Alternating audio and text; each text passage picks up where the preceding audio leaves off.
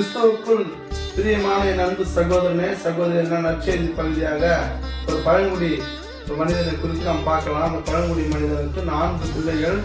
முதலாவது பையன் நல்ல கண் பார்வை, நல்ல கூர்மையா தெரிற பையன். 2வது ஒரு மகனுக்கு நல்ல கேட்கிற திறன் உண்டு.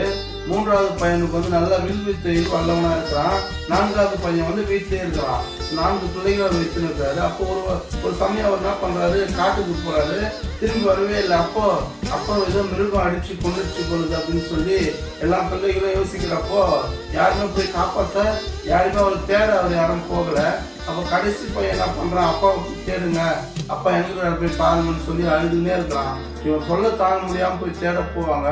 அப்போ முதலாவது பையன் என்ன பண்றான், கால் தடத்தை பார்த்து அப்பா இங்க இந்த சைடு தான் போயிருக்கிறான்னு சொல்றான். 2வது பையன் நல்லா காது உன்னிப்பா கவனிச்சு ஏதோ சத்தம் வருது, அப்பா சத்தம் தான் சொல்லி பாக்குறான்.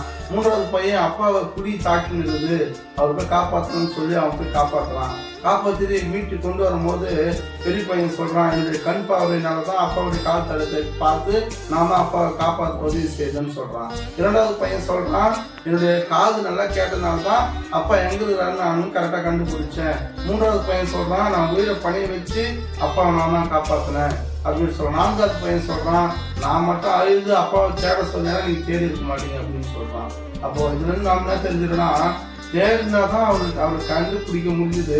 அப்போ நம்முடைய வாழ்க்கையில கூட அந்த கடைசி பையன் அந்த தகப்பனார தேட சொல்லி தேட நிமித்தம் அவன் தகப்பனா அவங்க கண்டடைஞ்சிட்டாங்க. அப்போ நம்ம கூட வாழ்க்கையில நாம் ஆண்டவரை தேடும் போது கட்டாயம் அவர் கண்டறியலாம்.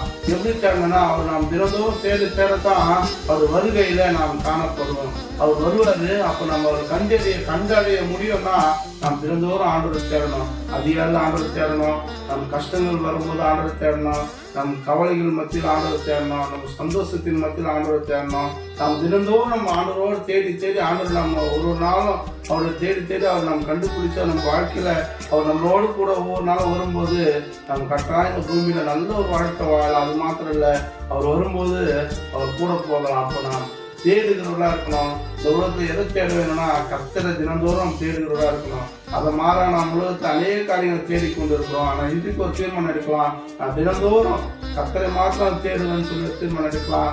கர்த்தர் உங்களை என்னை ஆசீர்வதிப்பாராக. ஆமென்.